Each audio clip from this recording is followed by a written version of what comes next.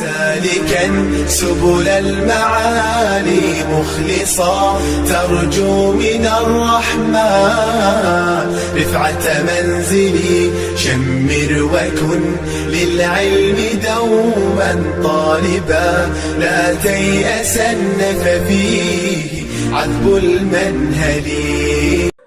الحمد لله وحده والصلاة والسلام على من لا نبي بعده.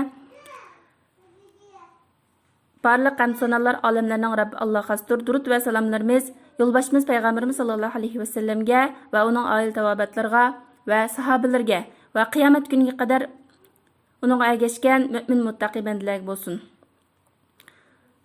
İmam Bukhari'nin El-Adabul Mufrad namlı kitabıdan bugün 2. ders. Allah Teala Kur'an-ı Kerim'de "Vasaynal insana bivalidayhi husna" dedi. Yani biz insanga ata-anasiga yaxshilik qilishni buyurdik. Ve şundaqla ata-onaga yaxshilik qilishning Alloh taologa eng suyimlik amal ekanligini birinchi dars so'zlab o'tdik. Alloh taolo yana Luqman surasining 15-oyatida "Va in jahadaka litushrika bihi ma laysa laka bihi ilmun fala tuti'huma." Yani agar ata-onang sen bilmaydigan narsani menga sherik keltirishga zo'rlasa, ular itoat qilmag'in deydi. Masalan, ata-onamiz bizni dindan chiqaradigan yoki Alloh taologa osiylik qilishga apiradigan ishlar buyursa, masalan, namoz o'qimaysa, ro'za tutmaysa, erlarga bo'lsa, masalan, saqal qo'ymaysa, qizlarga haj ijob kiymaysa degandek, diniy ilm o'qimaysa, hijrat qilmaysa, jihad qilmaysa degandek shunda ishlar buyursa, shulardan yaxshi ishlardan to'ssa, yomon ishlar buyursa, u chaqda ata-onamizga itoat qilmaymiz. U chaq ata-onamiz naroz bo'lib qolganlik sababidan Alloh bizdan naroz bo'lmaydi. Chunki hammamizning qaytadigan joyi Alloh taoloning dargohiga qaytamiz. Endi bu oyatning sabab nuzul, ya'ni nozil bo'lish sababi Sa'd ibn Abi Waqqas haqida tushgan. Sa'd ibn Abi Waqqas iymon etganda onasi agar sen dindan yanmaydigan bo'lsang, bu dinni tark etmaydigan bo'lsang, men tomoq yemayman, suv ichmayman, mush aptapda o'ltiraverman, o'gim kirmayman deb aptapga chiqib o'ltirib olgan, tomoq yeymay ashta o'ltirib olgan. Shu chaqda Sa'd ibn Abi Waqqas radhiyallohu anhu Allah bilan qasamki, sizning 100 dona jiningiz bo'lsa-mu, ash 100 dona jiningiz birdan chiqqan taqdirdimi men bu dinimdan hargiz yanmayman degan. Shu chaqda mana Alloh taolaning shu oyat nozil bo'lgan. Endi bugungi darsimiz kelsak, 2-bob, babu birril ummi, onaga yaxshilik qilishning bobi. 3-hadis. Bahz ibn Hakimdan u dadasidan, u bovisidan rivoyat qilib, bovisi mundaq deydi: "Qultu ya Rasululloh, man abarru?" Men ey Rasululloh, men kimga yaxshilik qilaman desam, qala ummaka. Payg'ambar sallallohu alayhi va sallam onangga dedi. Qultu man abarru? Men kimga yaxshilik qilaman desam, yana 2-chi qatim yana so'rsam, qala ummaka. Yana onang deb 2-chi qatim yana onang deb javob berdi Payg'ambar sallallohu alayhi va sallam. Qultu man abarru? Kimga yaxshilik qilaman desam, yana 3-chi qatimda qala ummaka. Onangga dedi. Qultu man abarru? Kimga yaxshilik qilaman desam, yana 4-chi qatimda ma'u. Qala abaka summa al-aqraba fal-aqrab. Dadanga, andın yaqinlaringga dedi. Yani qarindoshlaringga, aka-ukalaringga, tuqqanlaringga degandek. Yani 3 qatim so'raganda Payg'ambar sallallohu alayhi va sallam onangga deb javob berib, 4-chi qatimda dadanga dedi.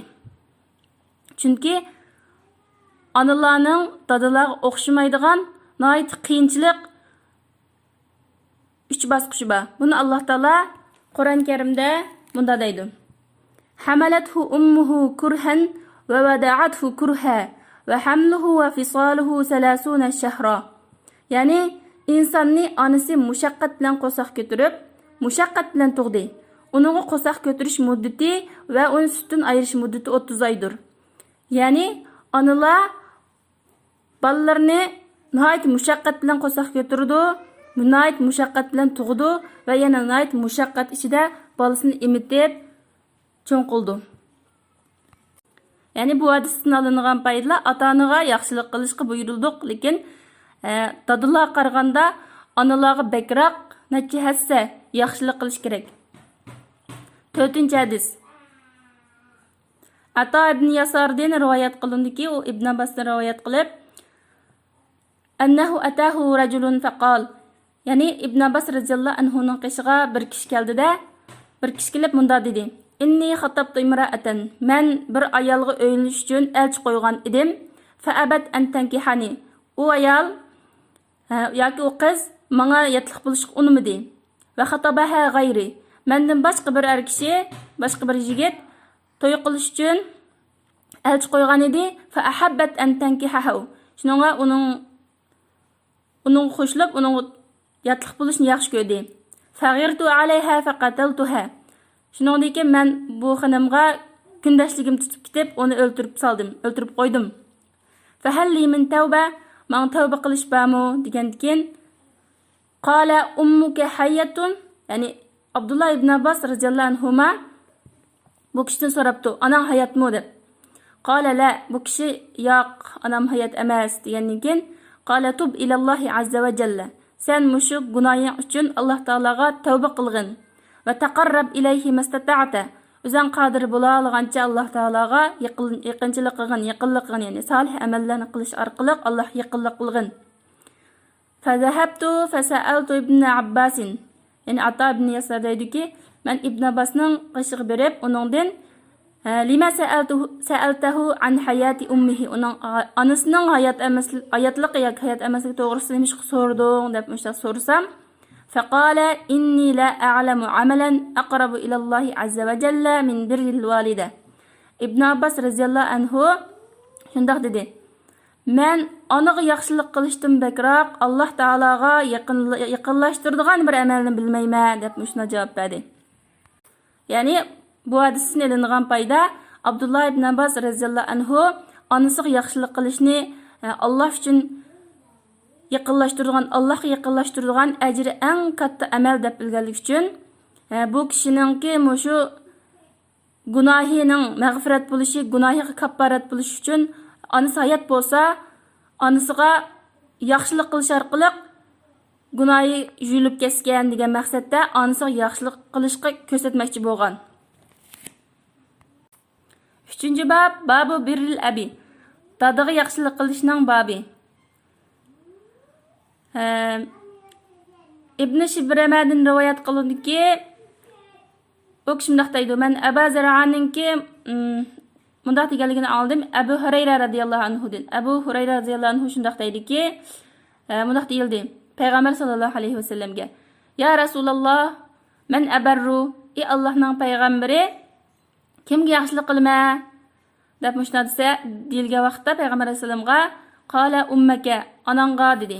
Qala summa man, u kishi ondan kim desa, qala ummaka, ondan onang dedi yana. Qala summa man, ondan keyin kim desa, qala ummak, onang dedi. Qala summa man, ondan keyin kim u desa, qala abak, dadang dedi. Bu hadis oldingi hadisga lafzi o'xshab ketgan bilan, ya'ni 3 qatim onang yaxshilik qilsa deb, onang 4-chi qatim dadangga deb kelgan bilan Imam Buxoriy rahimahulloh hadislarning garchi lafzi o'xshab qolsa-mu, sanatlari o'xshamaydi. Sanatlari har xil sanatlar bilan kelib turgan. Har xil sanatlar bilan kelishi hadislarni texnik kuchlantirdi, quvvatini oshirdi. 6-chi hadis. Abu Hurayra radhiyallohu anhudan rivoyat qilindiki, ata rajulun nabiyallohi sallallohu alayhi vasallam faqal. Ma'lum bir kishi payg'ambar sallallohu alayhi vasallamdan qishiga kelib bunday dedi: "Ma ta'muruni? Meni nimaga buyuringlar?" degan edi. Faqala birra ummak. Payg'ambar sallallohu alayhi vasallam onangga yaxshilik qilgin dedi. Summa ada. Andan keyin bu kishi yana qaytlab so'rgandi bu savolni, kimga yaxshilik qilma deb. Faqala birra ummak. Payg'ambar sallallohu alayhi vasallam onangga yaxshilik qilgin dedi. Summa ada. Bu kishi yana qaytilgan edi. Faqala birra ummak. Payg'ambar sallallohu alayhi vasallam onangga yaxshilik qilgin dedi. Summa ada. Ondan bu kishi yana qaytlab so'rgan edi. Faqala birra ummak. Onangga yaxshilik qilgin dedi. Summa ada rabi'a. Ondan bu kishi 4-chi qatim takrorlagan edi savolini. Faqala birra abak. Dadang yaxshilik qilgin dedi. Bu hadis oldingi hadisga lafzi o'xshab ketdi, ammo sanat o'xshamaganligi uchun hadisni ham kuchlantirish roli bor. 4-cü bab. Babu birri validayhi ve in zalama. Ata-anasıga yaxşılık qilishning babi. Gerçi o ata-anası o balasıga zulm qilib qolgan taqdirdimi deydi. Masalan, ba'zi analar nayt açıq gap ketgan vaqtida o'zini tutib olamay balalarni urib saldi, tillab saldi. Yak dadılarmı şunda separami cezos balalarni urib saldi. Va yak ondan başqa masalan farzandlarni arasida farzandlarni tang ko'maydigan, adillik qilmay qolgan jihatlardan zulm qilib qoldi degandek, shuna zulm qilib qolgan taqdirdimi ota-onaga yaxshilik qilgan deydi. Hatto ota-onamiz kafir bo'lgan taqdirdimi ota-onaga yaxshilik qilishga buyurilgan. 7-ci hadis. Abdullah ibn Abbas radhiyallahu anhudan rivoyat qilindiki, u mundaq deydi: "Ma min muslimin lahu walidani musliman yusbihu ilayhima muhtasiban." Qanda bir musulmonninki ota-onasi bo'lsa, musulmon ota-onasi bo'lsa, yusbihu ilayhima muhtasiban. O ikkisining oldida Allohdan ajr umid qilgan holatda tong otqizsa, ya'ni kechalari xizmatida bo'lib, Allohdan ajr umid qilib, men mushu ota-onamning xizmatini qilish orqali Allohni rozi qilaman deb ajr ko'zlab, mushundaq tong otqizsa, illa fatahallohu babayni. Alloh taolo uningga ikki eshikni ochadi. Ya'ni minal jannati. Jannatdan bo'lgan ikki eshikni ochadi. Va in kana wahidan fa wahidun.